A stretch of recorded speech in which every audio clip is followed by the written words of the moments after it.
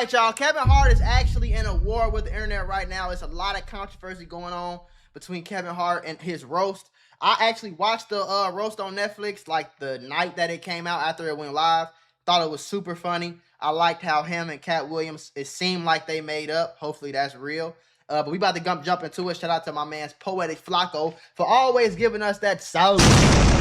Yeah. Kevin Hart hosted a Netflix roast over the weekend, and he invited a series of people, comedians, celebrities.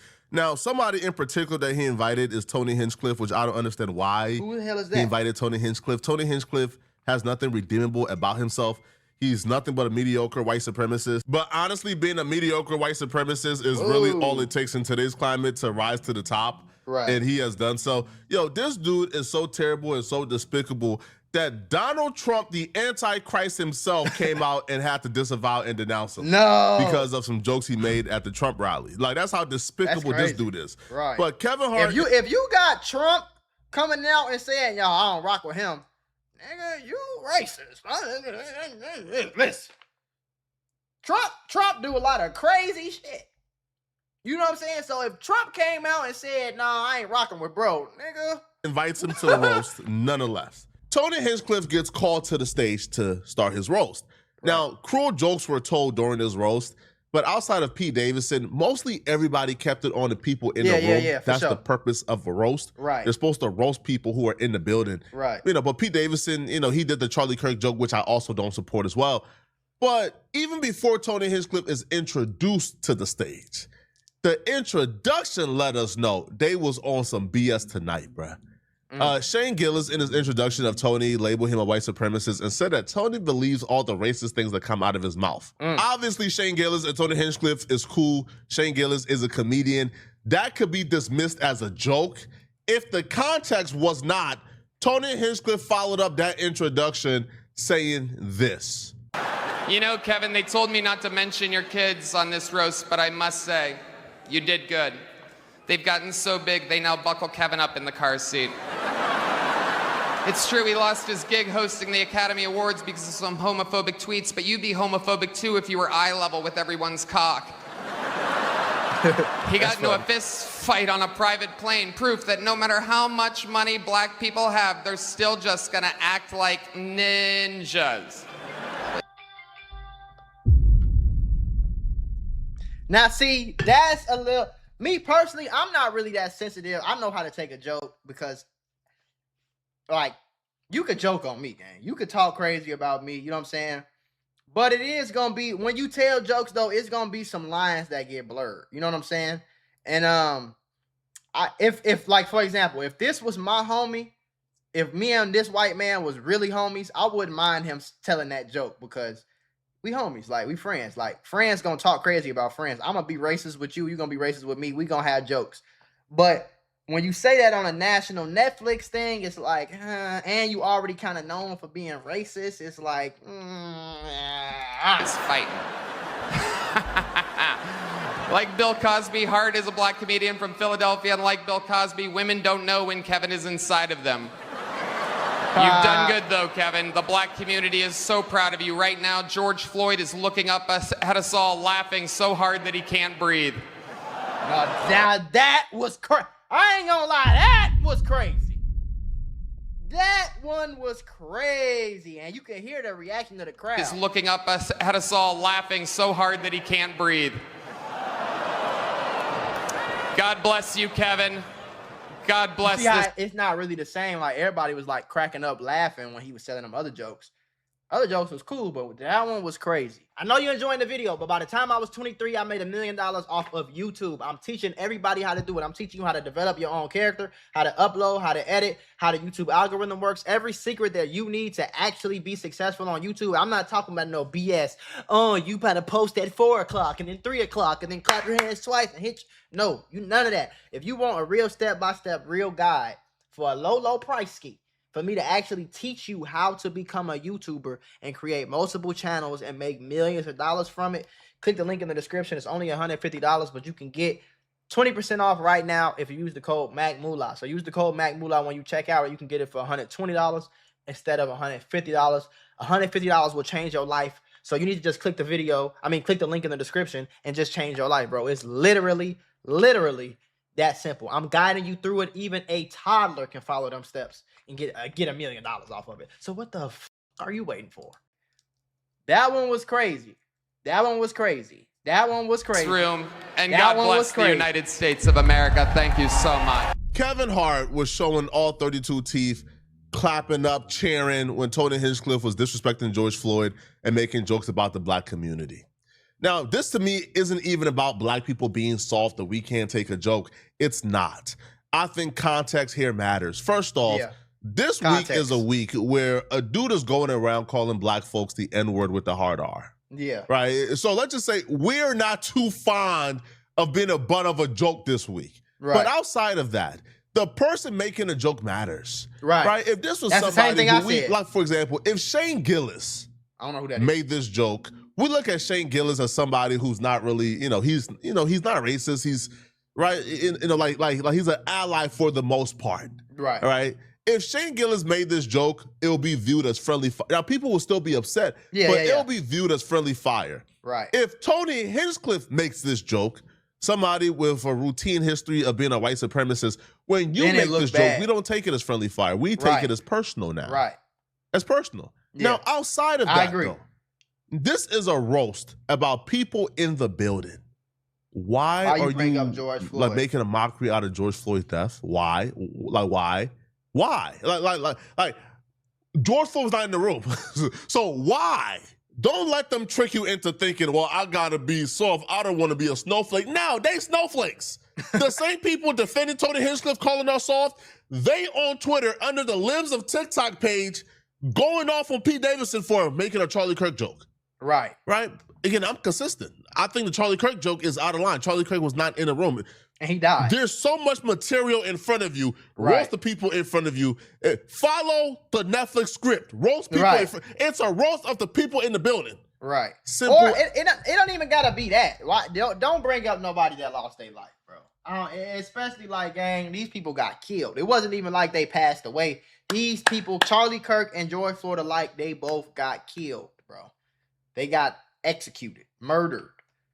So me personally, I ain't never gonna make no joke about somebody who passed away, but for damn sure somebody who got murdered like that, I don't think that's not a joke to be told. It could be about somebody else that's outside of the room. I don't mind that. You know what I'm saying? You can make jokes about Bill Cosby. We don't give a fuck about that. R. Kelly, we don't care about that. You know what I'm saying? Whoever. But if it's somebody who's not here no more, not alive anymore, and on top of that, they got murdered, then you're going to have a real problem to the point where it's looking like, I don't know. As that.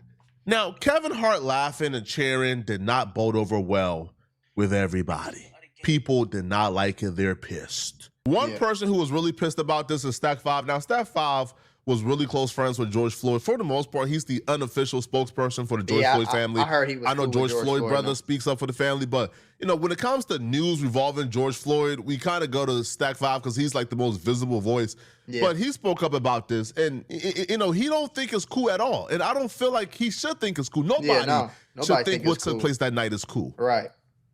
One thing about it, you can't tell people what to be offended by and what not to be offended by. That's everybody laughing until it's their family member that get murdered. Then it ain't funny. Right. Then it ain't funny when it's your family member. It's funny when it's everybody else's family member. Yep. And it's cool when it's everybody else's family member. It's just like how drill rappers be dissing dead ops and all that stuff. Like, it's all fun and games and trolling and this challenge and that challenge and this challenge until it's you or your homie or your friend or your mama or your brother. And then it ain't funny no more. Now you ready to go kill somebody behind it. Your doorstep, you want everybody to feel a certain way.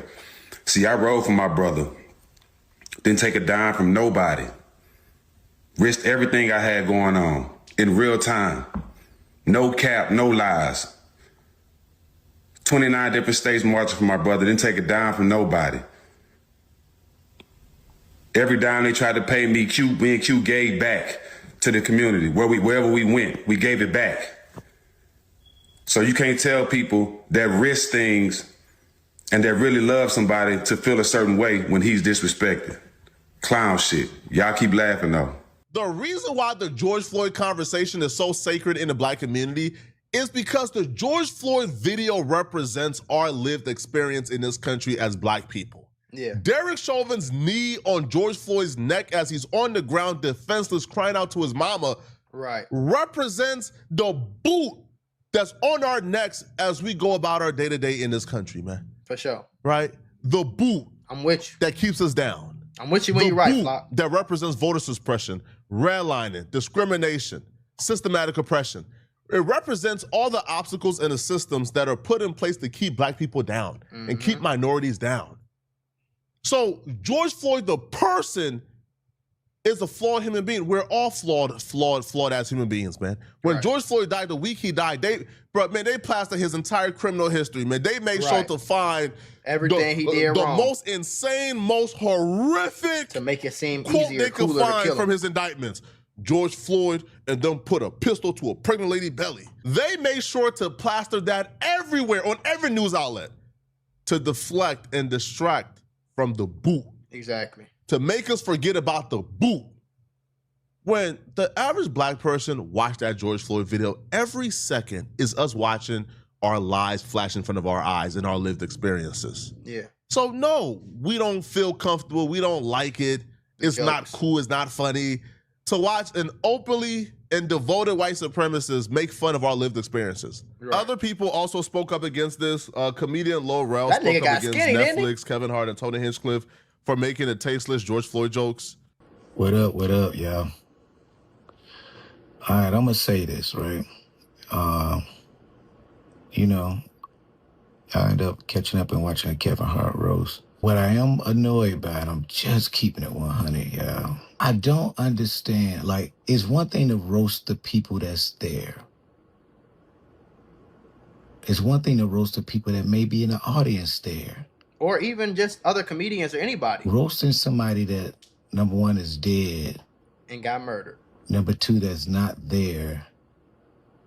Number three, that the implications of why you should joke about that.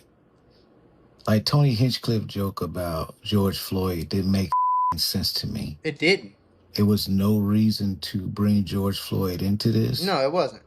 He just wanted to go viral. That's the thing. He wanted to start the controversy because here's what I've learned about the internet and the audience and people and like the fans, the consumers of content. One thing that I've learned, and I've learned this through a lot of people, Charleston White is one of them. They don't really care.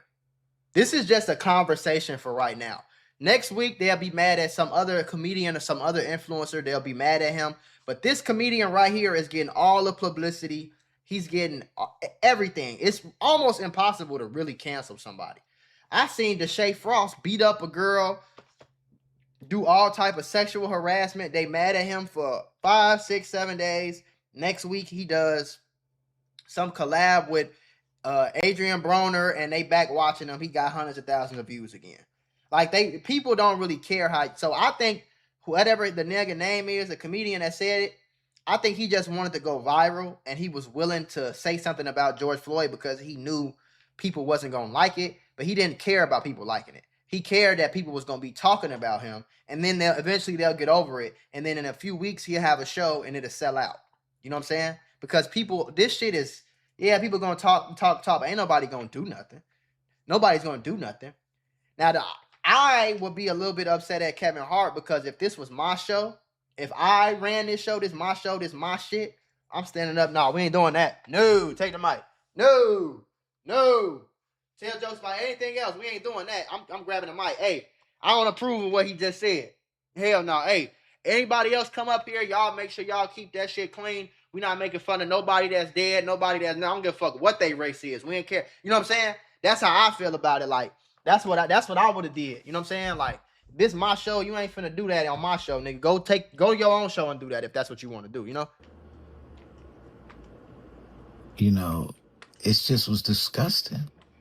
Yeah. And I do feel a certain way that the audience was okay booing Draymond Green.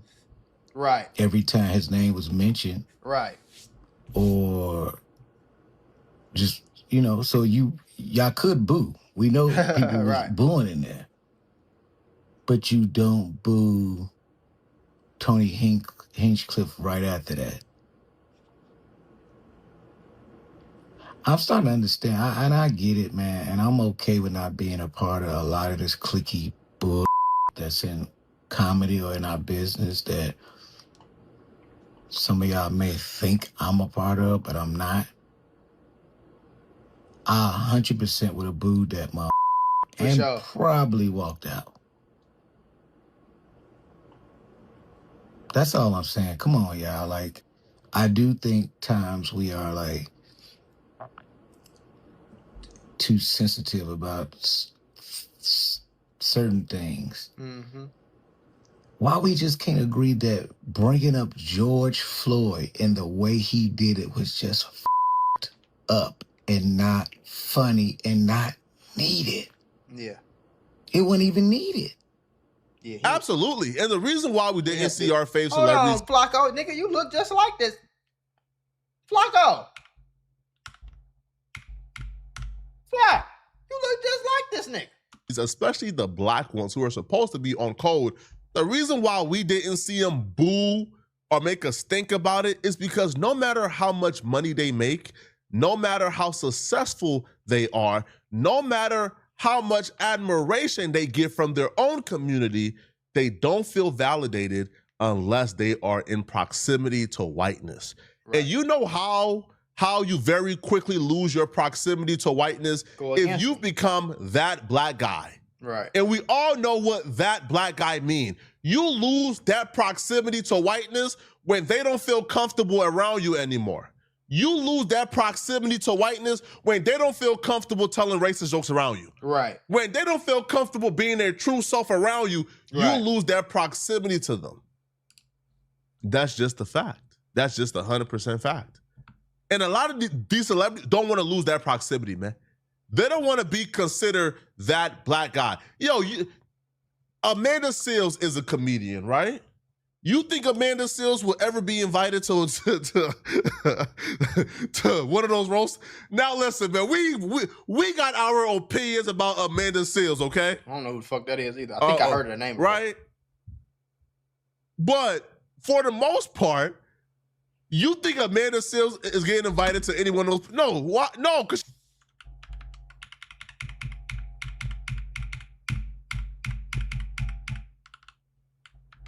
tasteless George Floyd remark because we weren't in the room. So they asked, obviously it's a lot of celebrities that's getting asked about the George Floyd remark, and Tiffany Haddish is one of them. I'm good. What up, girl? You look fantastic. She ready. You look so good. So you have like 30 seconds to chat really quick? Yeah. So talking about Kevin Hart roast, right? Yes, it was so much fun. So Lonnie Love didn't think so. Lonnie Love was like, you know what? It's exhausting. It's edgy. Specifically about the George Floyd joke. What are you thinking? Is it just comedy? Should they have been a little less? I think it should have been shorter. The show was too long. Okay. I mean, I was sitting there the whole time. I had to pee. I didn't hear the George Floyd joke because I had to pee so bad. So you went to the bathroom with yeah, that? I was a glorified seat filler, and I was tired. That was a PR remark. That was a. I'm not really trying to get into that. Really, for real. I'm not trying to go there and talk about that. I'm gonna just deflect and kind of tell a joke a little bit and kind of make it, make it kind of funny or whatever, and kind of get off the question. Well, also, I mean, Lonnie and other people were like, oh, maybe it was a little too racially motivated. What do you think as far as like the jokes? Is this just comedy? I don't care about Are people racist jokes. taking I it too think seriously? racist jokes are funny. Is this all comedians saying it that wasn't invited? Thanks, Miss Haddish. Ciao. She thought she cooked that. Yeah, she thought she dropped the mic not with that one. invited. You couldn't tell her. We all not in agreement. We not feeling it either. Yeah, she thought she dropped the mic with that one. She said it was all the comedians that wasn't invited. Girl, get your goofy ass on somewhere, lady. Why you can't just be like, yeah, I don't mind racist jokes. I don't mind, lighthearted racist jokes. You know what I'm saying? I don't mind a white man going up there and being like, yeah, some, Kevin Hart, so damn black. We got to get us some fried chicken and some watermelon. I don't mind that. That's funny. You know what I'm saying? I don't mind that. But when you start talking about somebody who actually died, Don't make no jokes about Martin Luther King. Don't make no jokes about George Floyd. Don't make no jokes about Tamir Rice. Don't make no jokes. Don't make no jokes about none of them people. You know what I'm saying? That's how I feel. Because if that was my uncle or my cousin, I don't give a damn what my uncle did in his past. That man got killed. If he did something illegal, arrest him. Arrest him. But you put your neck on him and watch him kill him. You knew you was killing him when you like, you know what I'm saying? Today, I had a conversation with Terrence Floyd. He is the brother of George Floyd. Okay. And he was responding to the Tony Hinchcliffe joke that was told at the Kevin Hart roast about George Floyd. He believes Kevin Hart should have spoke up. Let's take a listen. That's what I think. My thing with Kevin, and I'm a fan, I feel like my family and their friends, they said, you know, it should responded right then and there, like, well, wait, hold up. Because I remember Kevin Hart and a few other celebrities was at the Minnesota funeral. In that respect, me watching some clips of certain other jokes, a lot of it just felt it wasn't tasteful. Now, Terrence Floyd also talks about Gianna Floyd, who is the daughter of George Floyd, and how she deals with these moments and the jokes and how it comes back on her. Let's take a listen. One of the other things that they mentioned was like Gianna and George Floyd's daughter, your niece, being teased in school and how stuff like this doesn't help. Like, does she get direct response from things like this because they're so viral? She's getting older now. She was 6 when this happened. She's 12 now. Well, I was talking to Travis yesterday. We realized something always is talked about or happen, or somebody say something or bring up controversy or whatever around my brother's name when it's nearing the anniversary of his death. It happened with this. It happened with Charlie Kirk. It happened with Lil Yachty. We say keep saying his name, but we don't want this narrative. This is crazy. We upset, but I'm focusing more on the well-being of my niece. Oh yeah, the death anniversary is May 25th. Yes. Yeah. Yes. I had thought about that too. Like, is his anniversary coming up? Why do y'all have to use his death as content in a joking manner? You know what I'm saying? Why does it have I just don't understand the reasoning behind it. Like, you know what I'm saying? I don't get it. I don't get it. 5th. Now, he also talked about a part of the joke where Tony Hinchcliffe says to Kevin Hart that George Floyd is looking up at him. Let's take a listen to Terrence Floyd. Right. Why he say look up? It was a part in there where we always say, you know, my brother looking down on us because we talking positive. The fact that he said that he's looking up. Yeah, why you say that? What when we heard it, he was like, he's looking up. Looking up from where? Are you trying to say he's in hell? So this is not what comedy is supposed to do. It's not supposed to have us thinking about what you meant. What you meant. Oh, we supposed to laugh to heal. We supposed to laugh. As I said yesterday, what's funny to you is a trigger. He pointed out something that even I missed. I missed that. I peeped it, but like it was like a quick thought and it went away. Looking up from hell. I missed that. Is that a joke too? Saying that about a dead man, is that a joke too? Right. Bro, that was a political statement, man. And I'm just so mad that Kevin Hart and Tiffany Haddish and all these like dudes, they're just marching man, y'all sick, man. But let me know in the comment section what y'all think about this. Yeah, let me know what y'all think, man. Like I'm definitely one of them people who feel like the world is so sensitive and you can't do nothing and everything is just sensitive. But you know, I think that some things it gotta be boundaries with a lot of shit. You know what I'm saying? And that's just the cold hard truth behind it. You know what I'm saying? But yeah, like I said, let me know what y'all think, man.